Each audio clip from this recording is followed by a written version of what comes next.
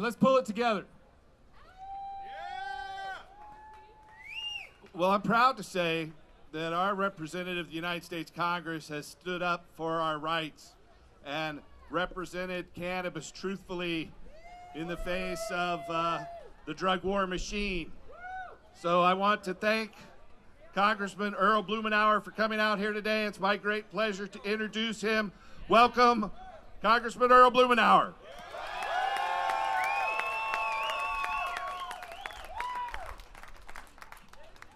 Thank you very much. I appreciate the opportunity to spend a few minutes with you this afternoon. You know, Oregon has led in innovation nationally. We protected our beaches, the bottle bill, land use.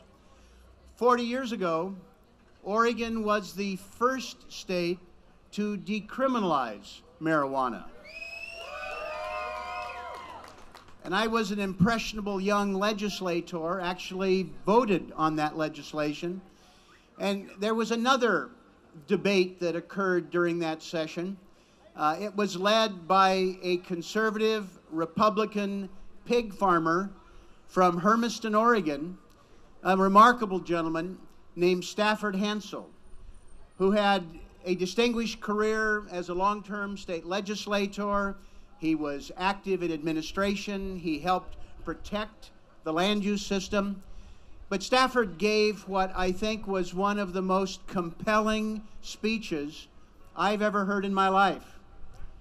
Here was a conservative Republican, didn't smoke, drink, swear, who got up and led the state legislature through a tutorial. He pointed out a package of cigarettes that killed 400,000 people a year that was legal. He had a bottle of Jack Daniels. I think it may have been the only time he'd ever held a bottle of liquor. And he pointed out that for some people, alcohol was toxic, and it contributed to the deaths of tens of thousands of people on a highway each year. And then he had a baggie with a marijuana cigarette.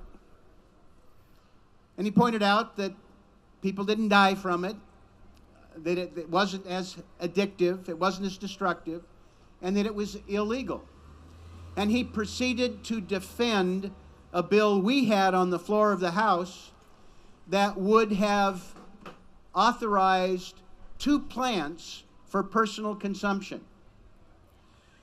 I'm told by knowledgeable people at the Capitol at that time, if the 19 of us who voted for it had been joined by the people who voted no but smoked dope, that it probably would have passed, and Oregon would have been the first state to legalize adult use. At the same time, Oregon was having this discussion about a more rational approach to marijuana. We were watching at the federal level a war on drugs being launched in the Nixon administration. And it had a much different approach to marijuana. The legacy of that war on drugs was classifying marijuana as a Schedule I drug.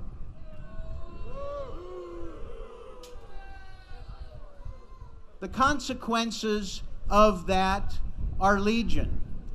First and foremost, as you know, classifying marijuana as being as dangerous as heroin or LSD is simply false. It's false. Telling people that it is more dangerous than cocaine or methamphetamines, Schedule II, the meth epidemic that is destroying rural and small town communities, suggests we've got our priorities upside down. It also suggests to me part of a need to reappraise what can only be described as a failed war on drugs. We're spending $25 billion a year. We are arresting 750,000 people a year for something that most Americans now think should be legal. And there are, as you're well aware, some of the most egregious racial disparities targeting young African American men greater than any other sector of the population, even though their use is no greater, maybe even a little less, than white young men. And there are people doing time now as a result of the consequences of this act. We've been involved in Congress in an effort to help rationalize our drug treatment, drug approaches. Part of it is to make sure that the federal government is not interfering in medical marijuana. Thank you. Part of the lie in federal statute as a category, Schedule I narcotic, it has no medicinal therapeutic value. Not true. And luckily, voters starting in California in 1996 as the first state, followed by Oregon in the next election. We now have 21 states and the District of Columbia representing over 106 million Americans who have access that's legal under state law to medical marijuana.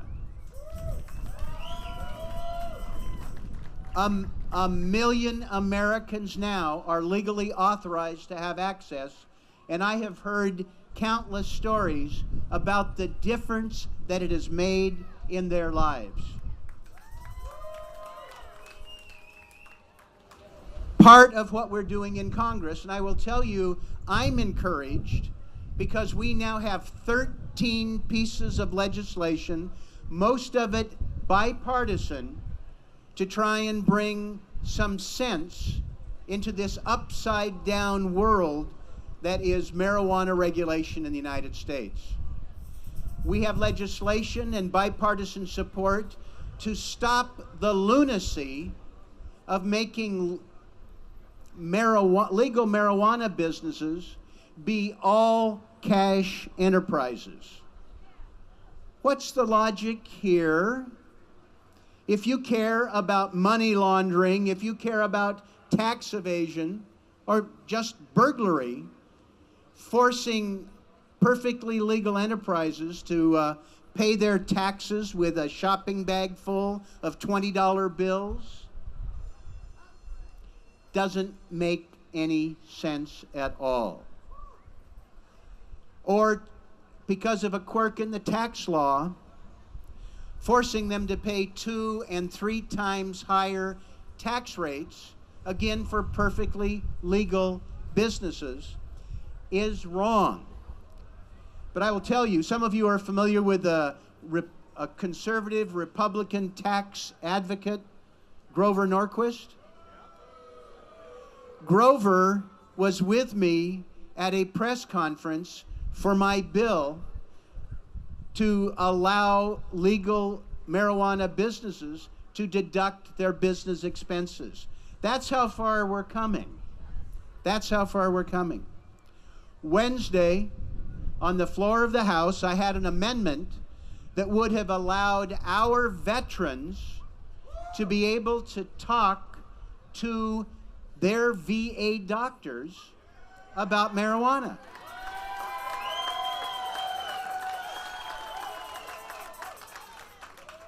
Why should our veterans be treated as second-class citizens in those states where medical marijuana is legal? Why should they not be able to talk to their primary doctor about whether it's right for them or wrong?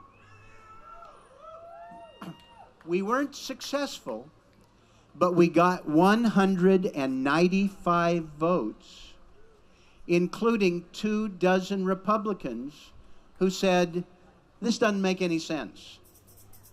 And I was told by one of my Republican co-sponsors of the legislation that he was convinced that there were 12 or 13 Republicans who, if they better understood it, would have voted with us. We're on the move in the United States Congress.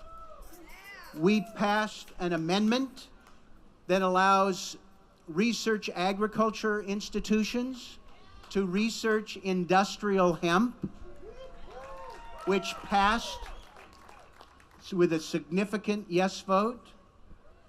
We now have a dozen states that are poised to allow industrial hemp production, and we have signals from the administration that these are part of the smaller fish that the administration's not going to fry, that we'll be able to proceed with this.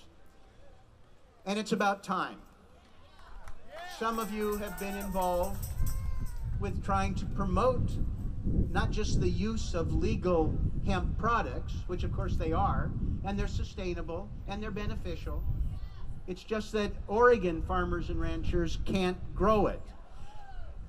Kentucky tobacco farmers can't grow it. It's got to be imported from outside the United States. But we're turning the corner on that. We have to do a better job, I think, of breaking the stranglehold of this pernicious classification that prevents research into marijuana. Excuse me. Up on the Hill, I met with neurologists, people who are dealing with problems of our children. They talked about those with violent epilepsy.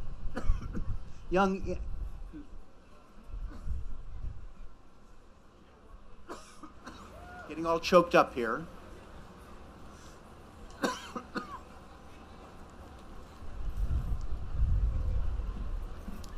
These parents are willing to move their families to be able to have access to medical marijuana that will prevent these violent seizures. But the scientists cannot get marijuana to study what works and why. That's an outrage.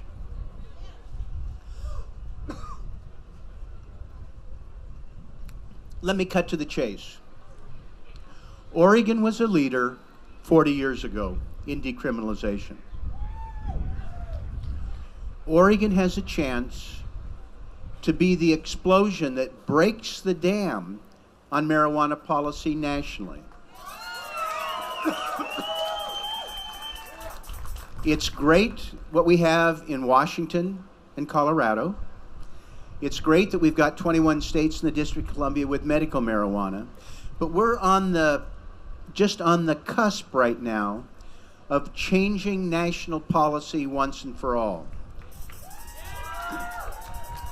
It'll be great in Alaska if this summer they legalize adult use, but Alaska is sort of up there and out there. I don't think the land of the midnight sun and Sarah Palin is going to start a national trend. It's great that medical marijuana is on the ballot in Florida this year. 700,000 signatures. But given the Florida Constitution, it'll require a 60% less yes vote to pass, and that's questionable. Here in Oregon, we have an opportunity to cast a ballot for a rational marijuana policy that will be followed across the country. It'll open the floodgates in California in 2016, and we can get down to business. We can tax it, regulate it, keep it out of the hands of the kids, and stop interfering with people's lives.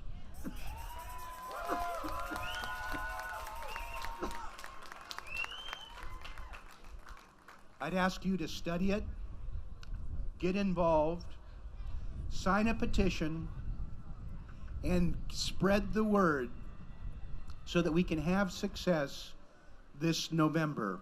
Oregon can do it. Thank you very much.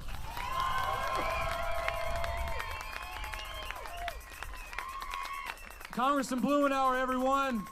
Oh my goodness.